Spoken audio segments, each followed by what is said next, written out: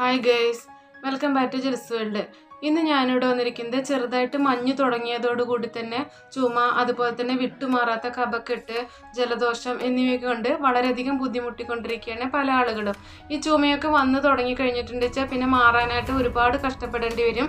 ഒരുപാട് മരുന്നുകൾ കഴിച്ചാലും അതിൻ്റെ റിസൾട്ട് കിട്ടുകയുമില്ല.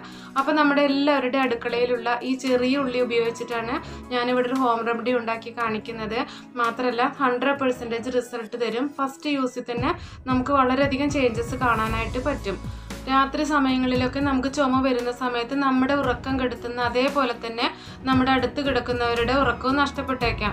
അപ്പോൾ അതിനൊക്കെ ഉള്ളൊരു പരിഹാരമാണ് ഈ ചെറിയ ഉള്ളി കൊണ്ടുള്ള ഹോം റെമഡി. അപ്പോൾ നമുക്ക് വീട്ടിലെല്ലാവർക്കും പൈസയൊന്നും ചിലവില്ലാതെ തന്നെ നമ്മുടെ ചുമ പെട്ടെന്ന് തന്നെ മാറ്റാൻ പറ്റുന്ന ഒരു ഐഡിയ കൂടിയാണിത്.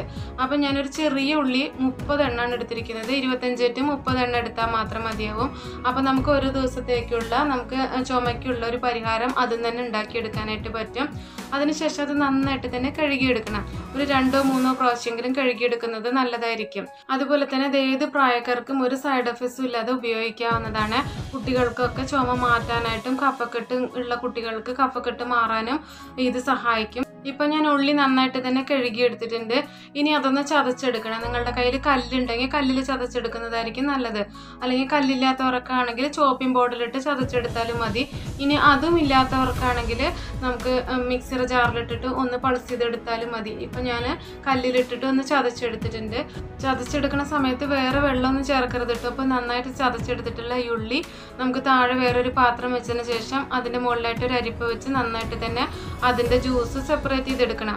പിന്നെ ഫ്രണ്ട്സ്, നിങ്ങൾ ആരെങ്കിലും സബ്സ്ക്രൈബ് ചെയ്യാതെ എൻ്റെ വീഡിയോ കാണുന്നുണ്ടെങ്കിൽ അല്ലെങ്കിൽ ആദ്യമായിട്ടാണ് ജിൽസ് വേൾഡ് എന്ന ഈ ചാനൽ കാണുന്നതെങ്കിൽ ഒന്ന് സബ്സ്ക്രൈബ് ചെയ്ത് സപ്പോർട്ട് ചെയ്യണം.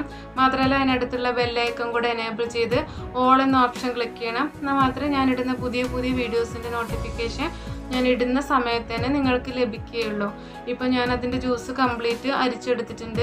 ഇനി നിങ്ങൾക്ക് കുറച്ചും കൂടെ ജ്യൂസ് വേണമെന്നുണ്ടെങ്കിൽ ഒന്നും കൂടെ ജസ്റ്റ് ഒന്ന് ചതച്ചെടുത്തതിന് ശേഷം വീണ്ടും എടുക്കുകയാണെങ്കിൽ കുറച്ചും കൂടെ ജ്യൂസ് അതിൽ നിന്ന് തന്നെ കിട്ടും.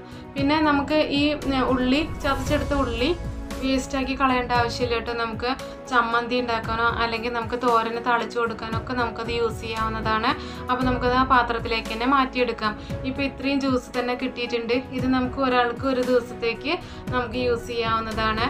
പിന്നെ അതിലേക്ക് നമ്മൾ ചേർക്കേണ്ട 1-2 ഇൻഗ്രീഡിയൻസും കൂടെ ഉണ്ട്. പിന്നെ അതിലേക്ക് ഒരു 1 ടീസ്പൂൺ അളവിൽ കുരുമുളക് പൊടിയും കൂടെ ചേർത്ത് കൊടുക്കുന്നുണ്ട്.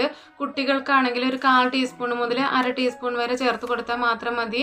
പിന്നെ അതിലേക്ക് ഒരു 1/2 ടീസ്പൂൺ അളവിൽ തേനും കൂടെ ചേർത്ത് കൊടുക്കാം. അതുപോലെ തന്നെ കുട്ടികൾക്കാണെങ്കിൽ കുറച്ച് കൂടുതൽ തേനിൻ്റെ അളവും കൂടെ ഉണ്ടെങ്കിൽ അവർക്ക് കഴിക്കുന്നതിന് വളരെയധികം ബുദ്ധിമുട്ടുണ്ടാവില്ല. പിന്നെ ഇത് കഴിക്കാൻ കുറച്ച് ബുദ്ധിമുട്ടൊക്കെ ഉണ്ടെങ്കിലും അത്രയേറെ ടേസ്റ്റ് ഒന്നും ഉണ്ടാവില്ലെങ്കിൽ പോലും ഇത് കഴിക്കുകയാണെങ്കിൽ പെട്ടെന്ന് തന്നെ ചുമ നിൽക്കും. മാത്രമല്ല നമുക്ക് എത്ര വിട്ടുമാറാത്ത കഫക്കെട്ടാണെങ്കിലും അത് അലിഞ്ഞു പോയിക്കോളും. പിന്നെ ഇത് കഴിക്കേണ്ടത് എങ്ങനെയെന്നുണ്ടെങ്കിൽ ഓരോ ടീസ്പൂൺ അളവിൽ 3 നേരം 3 ദിവസം കഴിച്ചാൽ മതിയാകും. പിന്നെ കൂടുതൽ പഴക്കമുള്ള ചുമയൊക്കെ ആണെങ്കിൽ കുറച്ച് കൂടുതൽ ദിവസം കഴിക്കുന്നതായിരിക്കും നല്ലത്.